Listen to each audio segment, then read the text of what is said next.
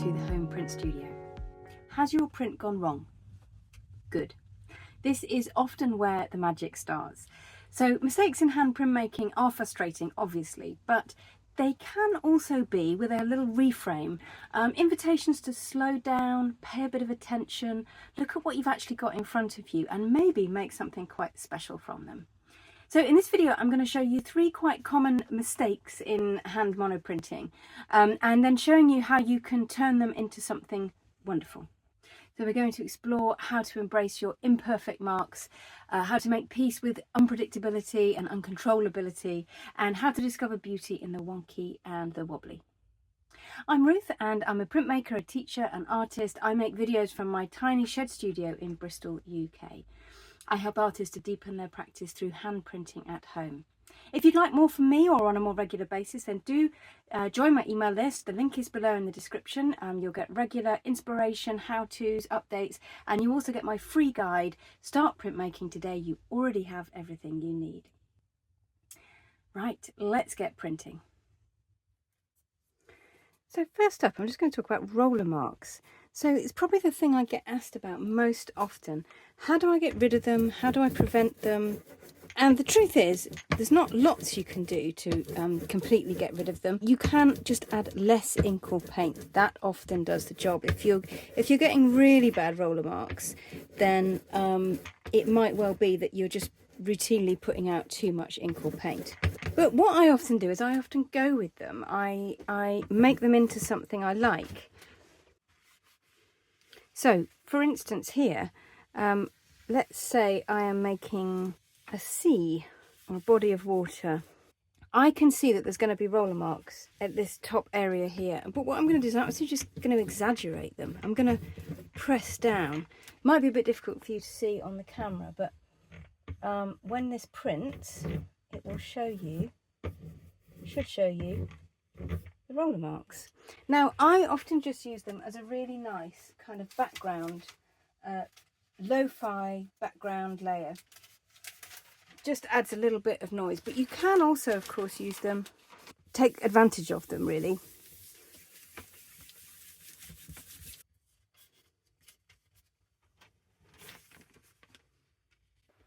So you can see here that those roller marks actually look quite energetic. They could be water, they could be waves, so I'm going to leave those as they are. So another common mistake that comes up is basically applying too much ink or paint, and that can create a bobbled texture. So I'm going to purposely put too much ink out here. Now, I mean, one way to prevent this is literally just to take off the excess ink before you print and evenly roll it out again. And you can also tell if you've probably put a bit too much ink or paint out because of the sound. So listen to this. I'm not sure if you can hear that, but there's a bit of a rasp going on, and that probably means, and you can kind of see that it's already starting to kind of make a funny texture. But I'm going to leave it like that for the moment, and I'm going to take a print with it and see how it comes out. Now, this is going to be unpredictable, and basically when you have too much ink like this, it is unpredictable, it is uncontrollable, and that is one of the things that I like to sometimes just go with. Now, there's so much paint on here that I probably don't even need to press down with anything other than my fingers. So actually, if I show you the effect, that is with me just pressing down with my fingers. Now, it's actually made quite an interesting effect. It is a bit bobbly, but it's quite nice. It's much more interesting and atmospheric than just a flat piece of colour.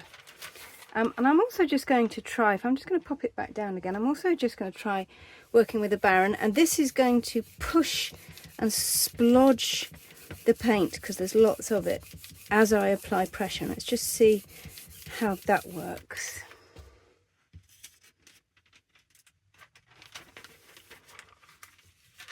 Okay, so that's come out a lot less bobbly, but it's got like a really thick layer of ink on there. I don't know if you can see that. So If you want to work on that again and you want it to be a bit more predictable, let it dry and then put another layer on. If you want to just keep going and try and see if anything unpredictable, interesting happens, then put more ink on top of this layer here, and interesting things will happen on this really sort of thick wet ink. One thing I am going to try on that thick wet ink is basically putting some roller marks on. So I'm going to roll a little bit of ink onto my roller, and this is the darker colour that I used to start with. And we can use that to make rain, basically. So I'm going to see what happens when I do this.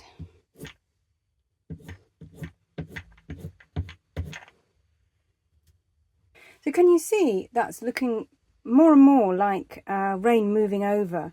And you can see here that that really thick wet ink is kind of doing interesting things here. It's taking some of the ink, it's not taking other bits of the ink, and it's looking really nice. Okay, so another thing that can often happen is what I call splodges. Basically where you've probably put a bit too much ink on. I'm trying to do this on purpose now. And when you've applied pressure, it's splodged, so it splodges out. And this can sometimes happen, but I'll show you when we take ink away as well. I'm just going to print this to show you.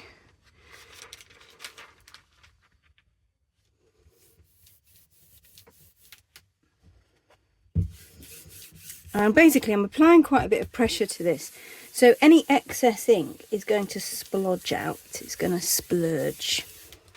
And it's not always what we want, and it is frustrating if it's in the wrong place. So you can see here it's splurged more than I wanted it to. This is a really nice bright colour. But what it does give is a real sense of gesture and movement and energy, especially if you've got a very dark colour or a very bright colour. And so sometimes I just go with it. It looks very spontaneous, it looks quite painterly as well. So splodges often happen when we put quite a lot of ink onto a surface, ink or paint, and then take it off again. And I'm purposely creating a line that I think is probably going to make go very splodgy when I take the print, when I apply pressure. And sometimes this can be quite nice because it can create a really definite, quite energetic line. Let's try that on this one here.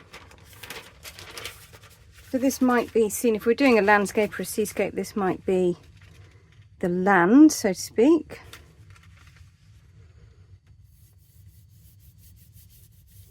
And as I apply pressure, where I've taken the ink off with that kitchen towel, there was a sort of ridge, a line of displaced ink, and that is probably going to splodge a bit.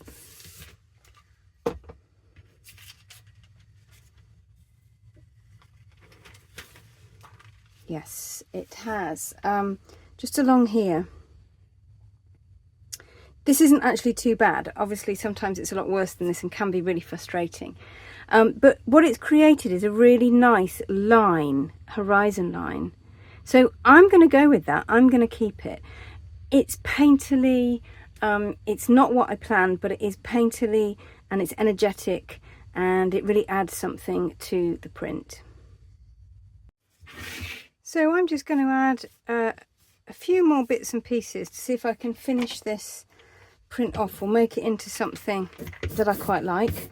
So I'm going to add some of this grey with some roller marks in it to the bottom area. So I'm going to go over this green, this spudgy green here.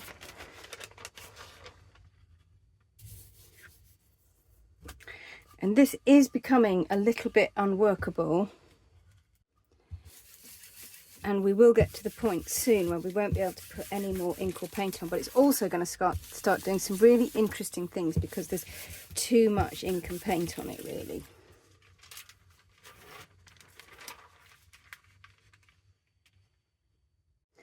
Now there's so much ink on there now, I can actually have a go at taking some of that off, and I'll get the other layers coming through underneath.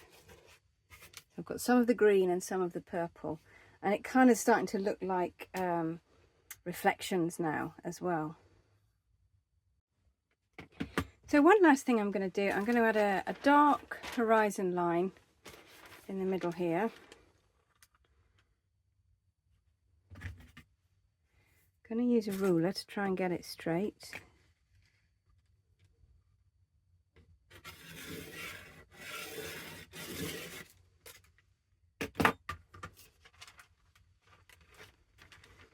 Okay, and that's actually taking some of that, it's taking some of the ink off the paper rather than the other way around.